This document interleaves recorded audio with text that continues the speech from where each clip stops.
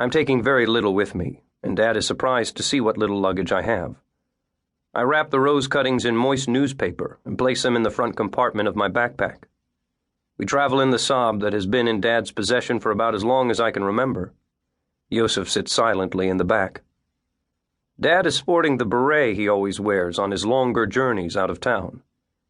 He's way below the legal speed limit, and since the accident, never goes over 25 miles an hour. He's driving so slowly across the rugged lava field that I have time to contemplate the birds perched at regular intervals on the pointed violet crags of the crust of the breaking dawn, for about as far as the eye can see, one after another, like a melancholic musical score mounting in a crescendo. Dad is also unused to driving. Mom did most of that.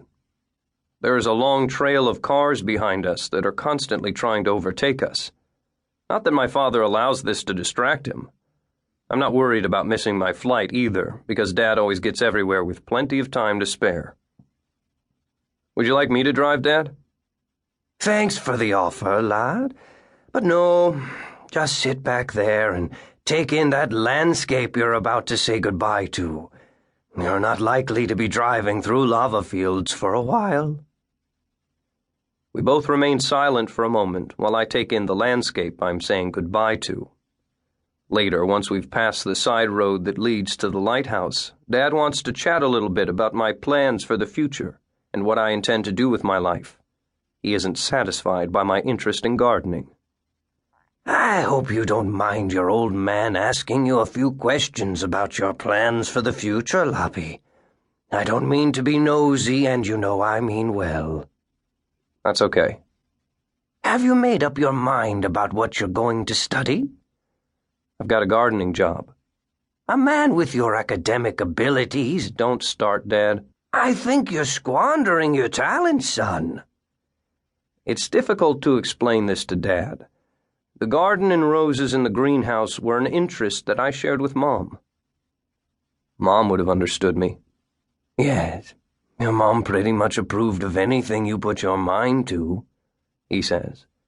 Still, though, she wouldn't have minded if you'd gone to university.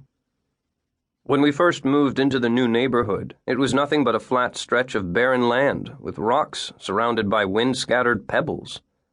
There were new buildings everywhere, or building sites, half-saturated in puddles of yellow water.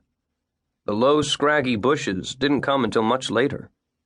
The neighborhood was exposed to the sea and frequent blasts of wind, from which it was impossible to create any shelter in the gardens. People had given up planting flowers in the soil. Mom was the first person who tried to plant trees in the area, and in the early years was viewed as a bit of an eccentric for attempting the impossible. While others contented themselves with creating lawns, or at the very most, low hedges between the gardens, to be able to bask in the breeze for those 3 days in the summer, she was out there planting laburnum, maple, ash, and blossoming shrubs on the more shielded side of the house. She never gave up, though, even if she had to plant the scions straight into the rocks. The second summer, Dad built a greenhouse south of the house. We first placed the plants in the greenhouse and then took them out into the garden in the first or second week of June, when there was no longer any frost at night. Initially, we were only going to keep them outside for the summer and then move them back into the greenhouse. But eventually, if there was a mild autumn, we'd prolong their stay outside by another month or so. Then one winter, we even let our plants rest under a 6.5-foot-high blanket of snow. In the end, there was nothing that wouldn't grow in Mom's garden.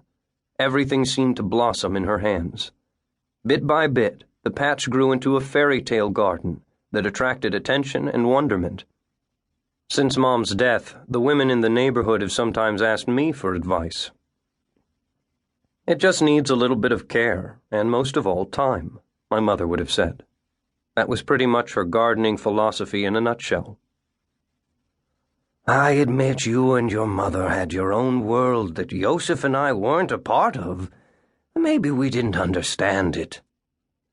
Lately, Dad has been referring to himself and Yosef as a unit. Yosef and myself, he says. Mom sometimes felt an urge to go out and work in the garden or greenhouse in the heart of midsummer nights.